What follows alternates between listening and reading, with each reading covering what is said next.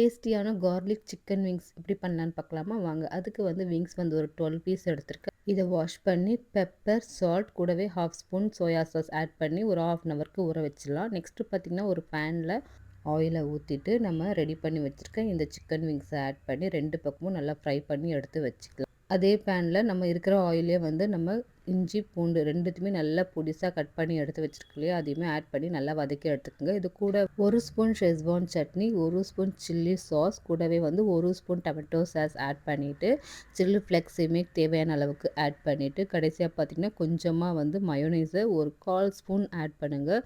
1/2 spoon honey add பண்ணிக்கோங்க. இது கூட வந்து ஒரு ஸ்பூன் மிளகாய் தூள் ஆட் பண்ணி அதையுமே இது கூட நல்லா கலந்து விட்டுக்குங்க. இப்போ கொஞ்சமாக தண்ணியை ஊற்றி ஓரளவுக்கு கொதித்து வந்த உடனே நம்ம இந்த சிக்கனை ஆட் பண்ணி நல்லா கலந்து விட்டுற வேண்டியது தான். லாஸ்ட்டாக எல்லாம் ஆட் பண்ணி நம்ம ஸ்ப்ரிங் ஆனியன் ஆட் பண்ணி டேஸ்டியான சிக்கன் விங்ஸ் ரெடி ஆகிடுச்சு. நீங்களும் ட்ரை பண்ணி பாருங்கள்.